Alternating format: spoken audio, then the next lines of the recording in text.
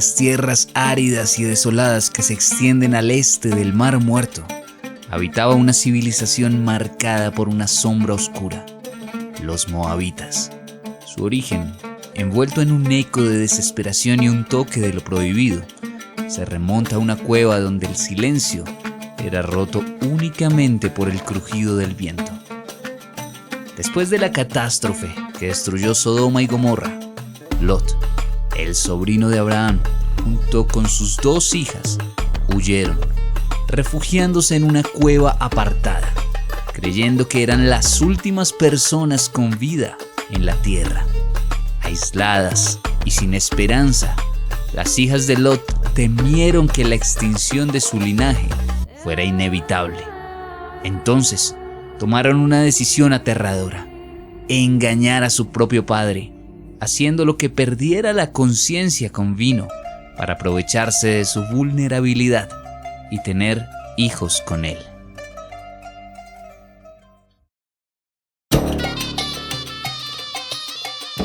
La primera noche, la hija mayor ejecutó el plan. Con Lot, embriagado e inconsciente, ella se acercó y concibió un hijo. Ese niño sería llamado Moab, quien más tarde se convertiría en el ancestro de los moabitas.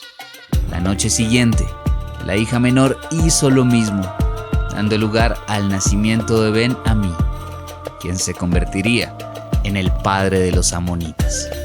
Estas acciones, nacidas de la desesperación y el miedo, rompieron los límites morales y naturales, dejando una huella oscura en la historia. La cueva, que inicialmente ofreció refugio, se convirtió en el escenario de un acto que reflejaba no solo la fragilidad del ser humano bajo el peso de la desesperanza, sino también las consecuencias devastadoras que pueden surgir cuando la desesperación dicta las acciones.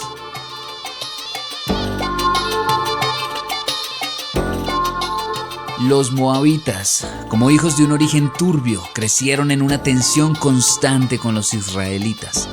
En un momento, su rey Balac se desesperó al ver la marea de israelitas aproximándose a su tierra. En medio de la noche, buscó la ayuda del profeta Balaam, un hombre que podía maldecir a sus enemigos. Sin embargo, lo que Balac no sabía era que en aquella invocación de maldiciones, algo inexplicable sucedería. Dios intervino y en lugar de maldiciones, Balaam pronunció bendiciones. El terror en los ojos de Balac no se debió solo al poder de Israel, sino al reconocimiento de que los caminos de Yahvé eran insondables y su poder imparable.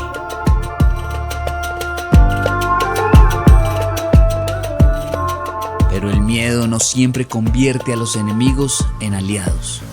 Durante el periodo de los jueces, la tensión se tornó violenta.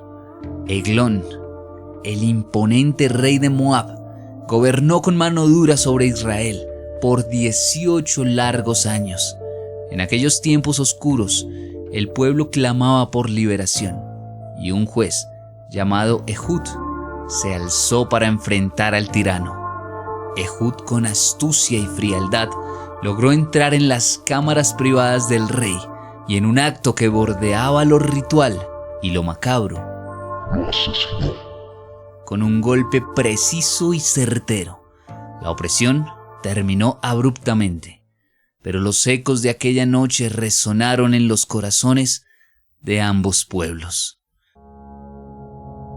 A pesar de los conflictos, la historia de Moab no siempre fue de sangre y acero.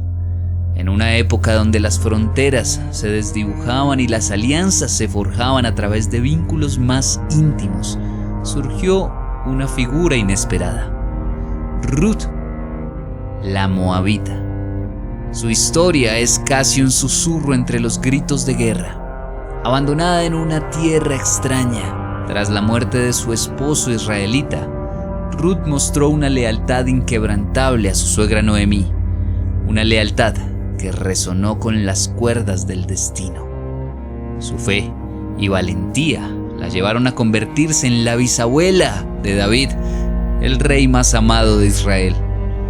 En ella, la redención brilló mostrando que incluso en las raíces más oscuras puede florecer gracia. Sin embargo, no todas las interacciones entre Moab e Israel fueron pacíficas. El poder es una bestia voluble, y cuando David ascendió al trono, la relación con Moab se tornó en su contra. Moab, una vez un refugio para los ancestros del rey, se encontró bajo su yugo. Las cicatrices de la guerra y el sometimiento quedaron marcados no solo en la tierra, sino en la memoria de ambos pueblos. Con el paso del tiempo, los profetas alzaron sus voces contra Moab.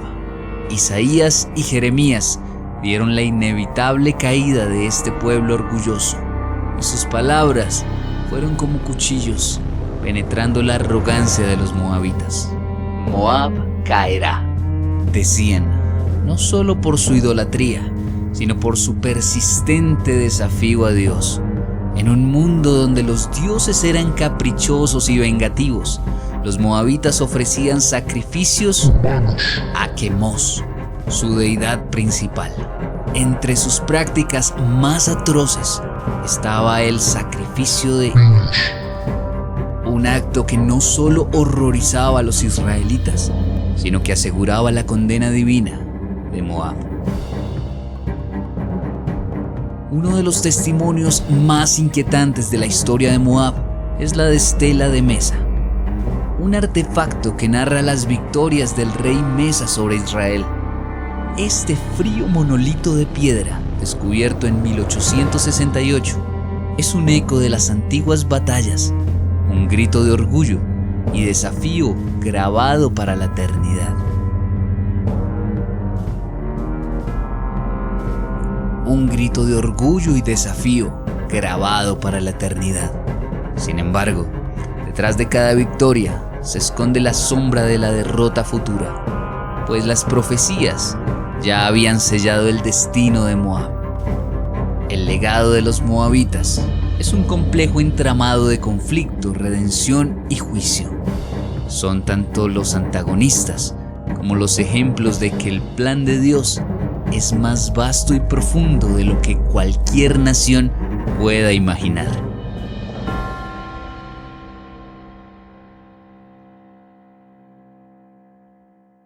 Mientras los moabitas desafiaban a Israel, su sangre también corría por las venas de su rey más grande, y a través de él llegaría el Mesías.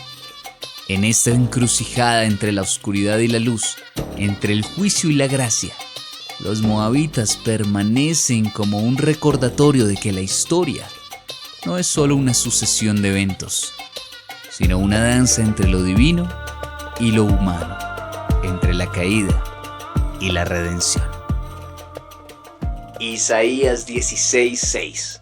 Hemos oído hablar del soberbio Moab, de su orgullo, de su arrogancia y de su furia, pero todo su alarde ha desaparecido. Si quieres conocer la verdad detrás de la historia de la bruja más famosa de la Biblia, no te puedes perder este siguiente video, no sin antes dejarnos un like y suscríbete para más contenido. Hasta la próxima.